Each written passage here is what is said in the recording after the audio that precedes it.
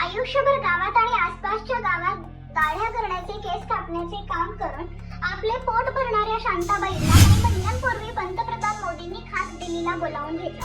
नवऱ्याच्या मृत्यूनंतर 4 पोरींचा सांभाळ करण्यासाठी शांताबाईंना हाती वस्त्रा घेतला होता, परंतु आपण करत असलेले काम इतकं दखल घेण्याजोगं आहे असं तिला कधी वाटलंही नव्हतं. भारताची पहिली महिला केश कर्तनकार म्हणून पंतप्रधान नरेंद्र मोदी यांच्यासह आता साऱ्या पंचक्रोशीत शांताबाईला ओळखलं जात असलं तरी या शांताबाईच्या कामाला जगासमोर आणले ते मुक्त पत्रकार संपत मोरे आणि तेही 8 वर्षापूर्वी. कोल्हापूर जिल्ह्यात एका खेड्यात बाईचं केश कर्तनालय आहे असं माझ्या कानावर आलं. खेड्यात शहरात मोटरसायकल कार चालवणाऱ्या बायका दिसतात, पण या बायकांकडे पूर्वी जितक्या कुतूहलानं पाहिलं जाईल तसं आज पाहिलं जात नाही. पण तेव्हा पुरुषातच म्हणून गणलं जाणारा हजामतीचं काम करणारी बाई कुठली तरी असेल हे जरा आश्चर्यच वाटत होतं. कारण परपुरुष परस्त्री आपल्या कल्पना अभिमानानं मिरवणारी आपली खेडे आजही गावागावात पुरुष समोरून येताना दिसला तर बाई पदर डोक्यावरून घ्यायचा रिवाज आहे. अशा वातावरणात सतत पुरुषांशी संपर्क येणारा व्यवसाय ही बाई का करत असेल? पुरुष या बाईकडे केस कापायला, दाढी करायला कसे जात असतील? खरंच अशी बाई असेल का की आपल्या कानावर आलेली अफवा आहे असे प्रश्न मनात येत होते.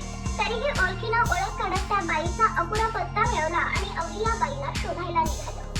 शांताबाई श्रीपती यादव, तिच्या नवऱ्याचं नाव अर्दान. तिच्या नवऱ्याला भाऊबंदकीच्या भांडणात गाव सोडावं लागलं. तर जगण्यासाठी हसून या गावात आला.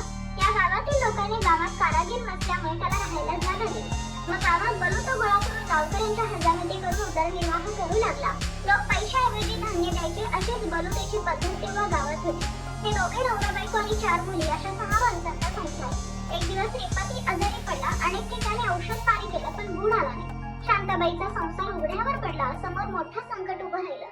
त्या गावात शेतमजुरी करून जगावं तर तसं तालेवर शेतकरी नव्हते, त्यामुळे मजुरीचं काम मिळणार नव्हतं. मग विचार करत असतानाच मनात विचार आला, आपण जर दाढी केस कापायचा व्यवसाय सुरू केला तर?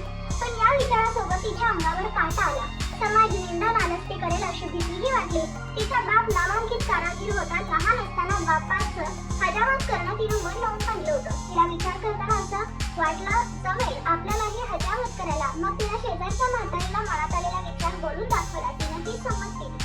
ती स्वतःच्या नातवाला घेऊन शांताबाईकडे आली. घरात असलेल्या नवऱ्याच्या कात्रीनं त्याचे केस कापण्याचा प्रयत्न केला. एका रेषेत जोडल्याने मग 4 बोटा पूर्ण केस कापले गेले. मग त्या म्हातारीच्या नवऱ्याचे